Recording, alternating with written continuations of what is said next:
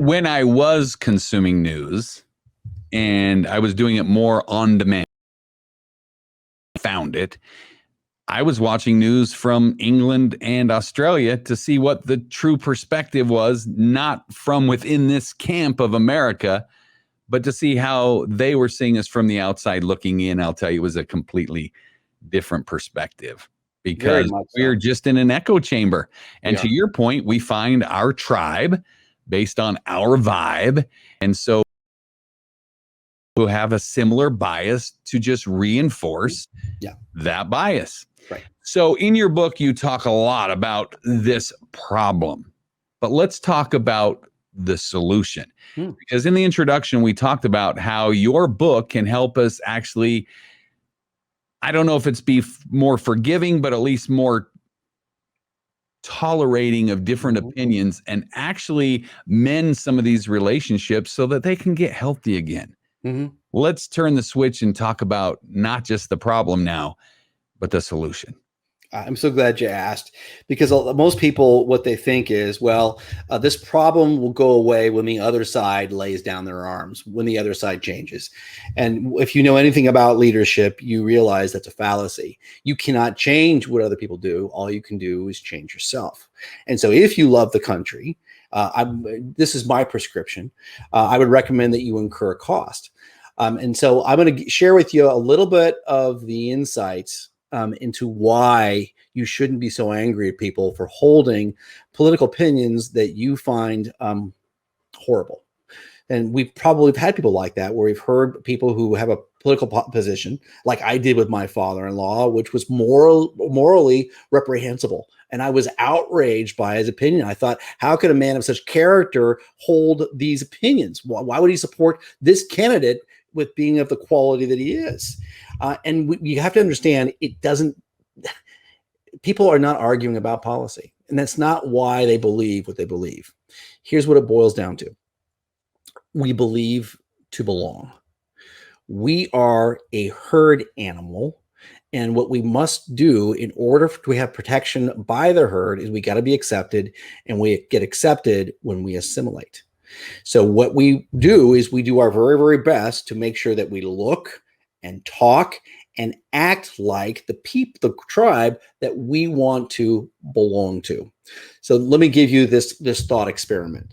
Let's say we found an isolated city of people, of maybe 1,000 people in some South American country. And there was no telecommunication and no roads, no railways, no airports in or out. And we drop you into this civilization of about 1,000 people. And everyone there, they all wear white robes and they paint their faces red and they shave their heads. They speak a completely different language, different diet, different religious institutions, different political institutions, a completely different way of life. Now, let's just say this is actually a real stretch. Let's say they accept you. Let's say that they have a moral philosophy such that they don't murder the outsider, which is what we would have done 10,000 years ago. We just would kill anybody who didn't belong to our tribe. Let's just say that they're actually accepting of you and they bring you in. How long would it take before you started dressing like them, painting your face red, shaving your head, learning their language, adopting their culture? How long before you assimilated, not only in look, in dress, in custom, in language, but more importantly, by belief structure? And the answer is a couple of years. Why? Because your very survival depends upon it. So we look in the United States, there are two major tribes, the Democrats and the Republicans, and every member of those tribes believes sincerely that they have their own agency, that they are a unique, free-thinking people who determines their own opinions. However, when you do any kind of polling in either one of those tribes, you'll find that there are belief packages, that large swaths have very similar belief about God, religion, guns, abortion, immigration. They all hold very, very similar beliefs down to the phrases that they use. So again, I'm making a massive generalization, and you're thinking, well, Peter, that's not me. I mean, I'm a unique thinker, and maybe you are. I've met very, very few of those, and that includes myself. I don't put myself in that category. What we do is we adopt the beliefs. These are tribal badges, is what we call them. Make sure that we are accepted and gain the approval and protection of our tribes. Morality doesn't matter. Facts don't matter. Logic does not matter. You have gotten into an argument with somebody over a political issue, and you're going, the reasoning of how they got to this doesn't make sense. And you wonder how. And the reason is tribalism.